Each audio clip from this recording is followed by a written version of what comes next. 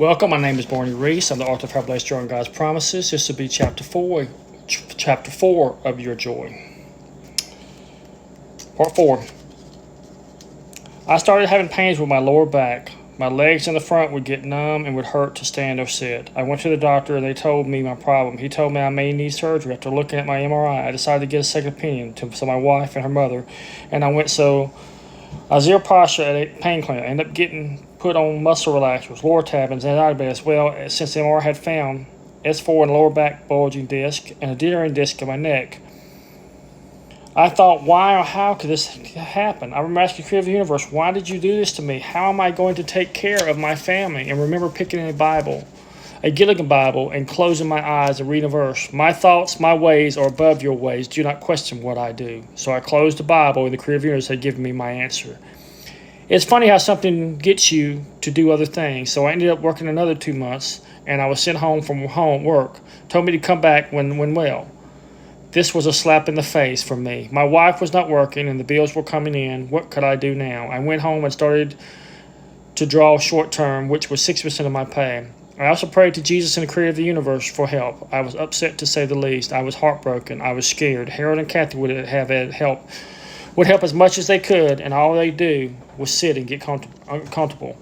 I was taking shots in my back and neck and could only take pain medicine when I actually had to. The jar of my pills my wife took along with her family. I was broken. I was beaten. I remember when I was going to church, Pastor Clarence Searing had given the cornerstone an outline on the 58 covenant promises of God. Thus, after watching TV, playing video games, got bored, I decided since I had read the Bible, I would write down. So one day, I got in a chair and started writing 58 covenant promises of God.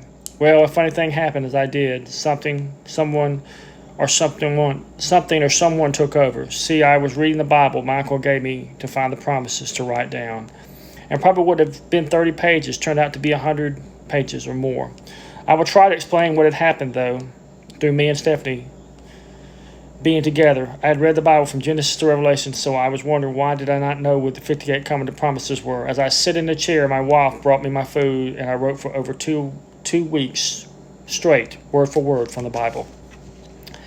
I would tell you my opinion, then I would write what the Creator of the Universe had promised to solve. My wife would cheer me on, and I had become a writer. My wife named the book, How Blessed You Are in God's Promises. All I had to do was find a publisher. It was a while. I was taking time from work. After 5 shots, was finally able to go back, and I had been out for over 6 weeks. And in that time, I had no check at all. I had to go to others for help and take out an emergency loan from my 401k. I got back to work and I was behind on all my bills almost 3 months and was done at the loss of my daughter to SIDS. I had made it to work and was also the day through all my pain. My daughter, my wife's addiction, Reese Auto Sales, was born. See, I had brought a course online that explained how to be a car dealer from home. Then I thought it was if my back got hurt, at least I would have an income. I could also change the world by giving away the Bible, the true Bible, the one I had read over and over again. I could do this to glorify Jesus and the Creator of the Universe as well as J.J. Wendell, Nene, or Catherine Kerr Reese, and people's lost before their time. I would give a true Bible away with every car that I sold. See, I did not know just how hurt I still believed the Creator of the Universe would help me. After reading the course, watching the videos, I opened Reese Auto Sales. I had to have a sign made, and I decided to do it in my backyard. I went to class to be a car dealer. I took my son and my wife on the weekend, and I paid for the fees to become a car dealer in Jackson. Gas was $4 a gallon at the time, so it was cheaper to go stay than go back and forth.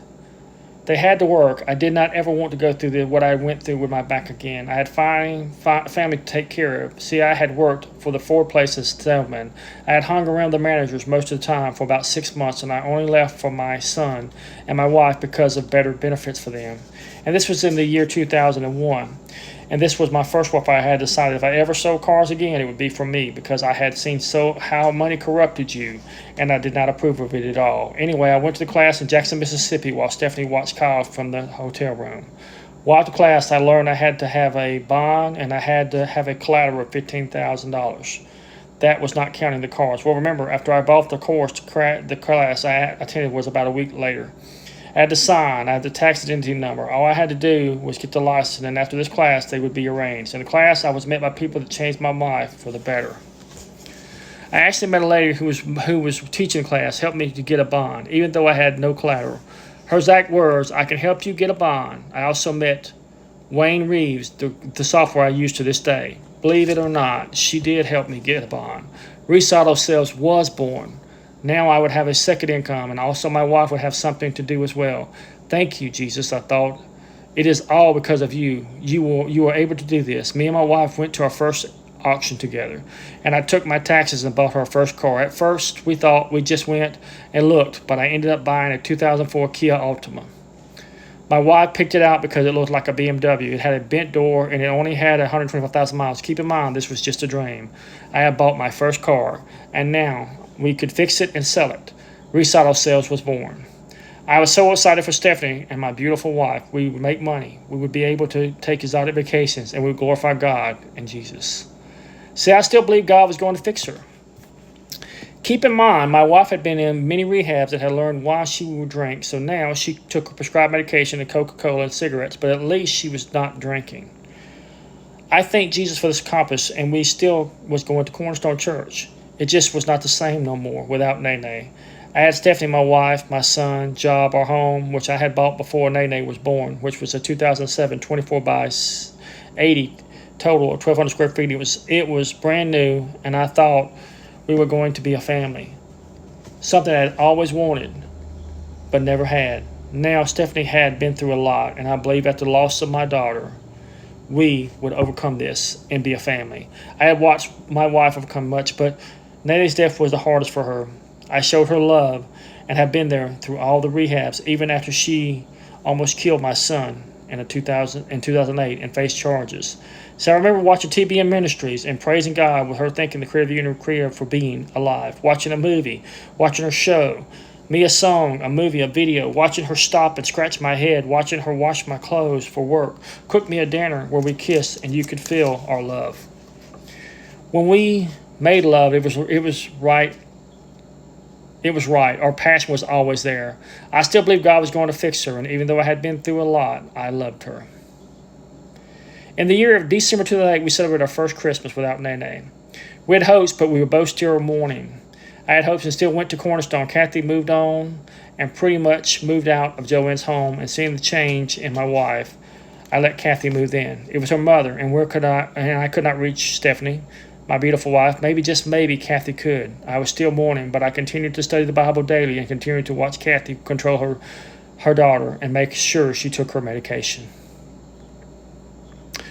I was working, and they were helping take care of my son. Remember, I told you the people who were demon-possessed, that evil would seep through the cracks?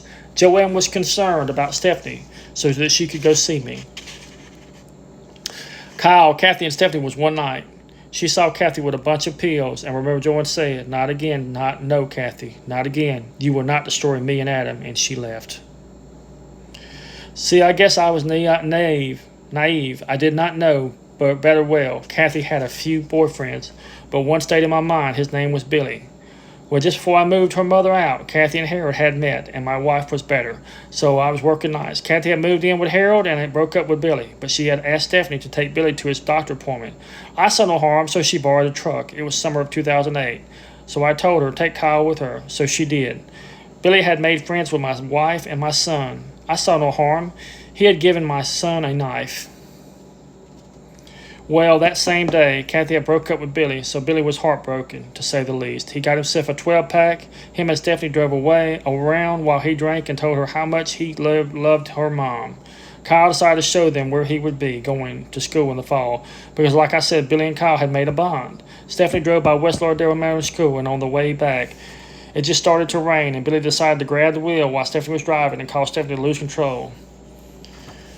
I was told this story just wanting to clarify the time in short. My wife, my son, almost died for listening to her mother and taking Billy to the doctor to get his medicine.